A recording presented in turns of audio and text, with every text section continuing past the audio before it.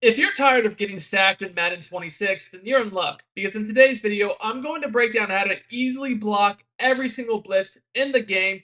We're going to start with mid-blitz and then get into some of the newer looping A-gap blitzes.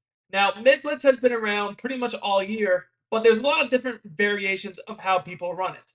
I would say the most important thing when you're dealing with mid-blitz is to go into your coaching adjustments on offense and make sure you have auto pass protection set to base. I really like empty for other blitzes like Texas Foreman stunts, which we'll get into later in the video. But for an actual blitz setup, base is going to be a lot better for you because you're going to need to have the running back blocking potentially based upon what setup the defense is running. So a lot of people are going to run it one of two ways. The first way is basically to take the user, stand over the center.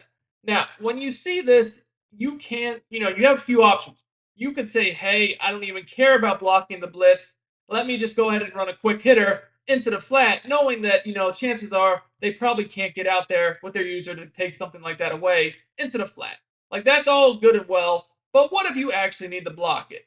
Well, you guys can see here, when we go to block it, um, if we just block the running back and don't do anything else, there's definitely a chance that somebody could still come free. Now, it doesn't happen all the time, but because the user is standing over the O line, that can confuse your lineman. So, the biggest key is when you block the running back to then go ahead and flick the right analog stick up to place the flame on the user. This is going to untarget him, and it's going to make sure that the running back will not pay attention to him, and neither will the O line. So now, as you guys can see, I mean, I have plenty of time to make an easy read. You'll see that basically what ends up happening on a setup like this is the running back is going to be responsible for picking up the A gap rusher. Now, if you wanted the running back to pick up an edge rusher, Real quick, guys, if you want to dominate Madden 26 and win more games, check out my VIP membership on Sportsgamerz.com. This is where I post all my premium content, including all the offensive and defensive ebooks I release all year long, in addition to premium Madden Vault weekly tip updates.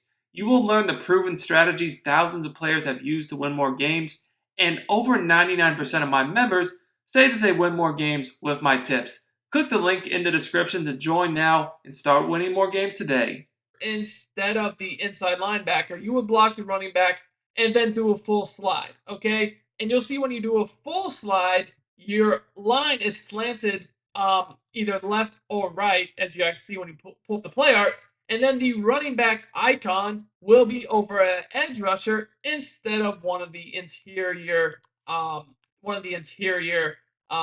gap rushers. And this can definitely be good if you don't want somebody coming free up the A gap, or maybe you want to design a rollout away from the side that the pressure is coming free. The only thing I'll say about this is you do have to be careful, because if the defense notices that, hey, you're blocking but then untargeting the user, they might just blitz their user and, just come free. So you have to be aware of that. Now, I'll show you how to counter this in a second, but if you're enjoying this content and you want more like it, make sure you subscribe to the channel. Drop me a like on the video. I do appreciate the support. So you'll see here, if they do notice you're on targeting the user and then go ahead and just put their user on a blitz angle, then somebody probably is going to come free, and that's going to be annoying.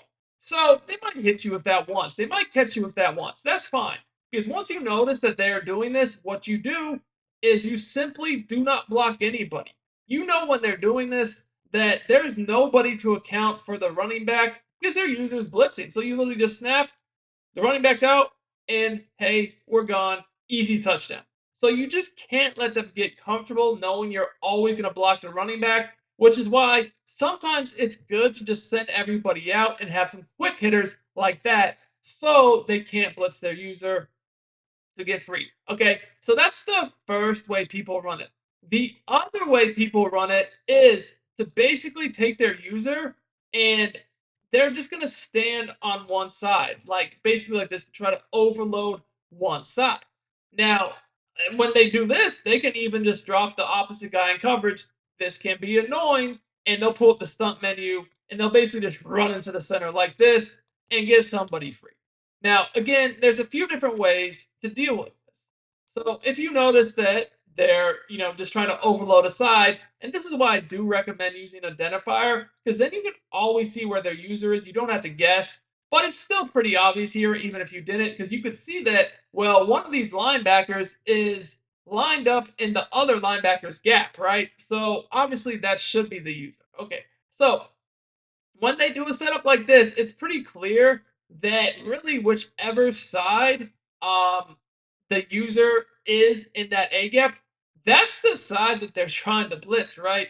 So once again, if you want to be safe here, you just block the running back, and then you can ID the mic as this outside guy just over here, the edge rusher that you pretty much know is who they're trying to get to come free. And as you guys can see here, we're gonna have plenty of time to make a read. But again, kind of like I mentioned before, you don't even have to do all that. If you notice that they're doing something like this, again, you can always just call plays, then have quick hitters like this, knowing that, you can just get rid of the ball quicker than their blitz can get there. So you keep them honest. Yeah, you can block the running back and pick it up easily and have time to make reads, but you can't always do that because when they know you block the running back every single play, then they don't even have to worry about him, which then allows them to either A, blitz more players, or even just drop more exotic coverages, knowing that you never send the running back out. So you kind of need to do both. All right. So that is mid blitz.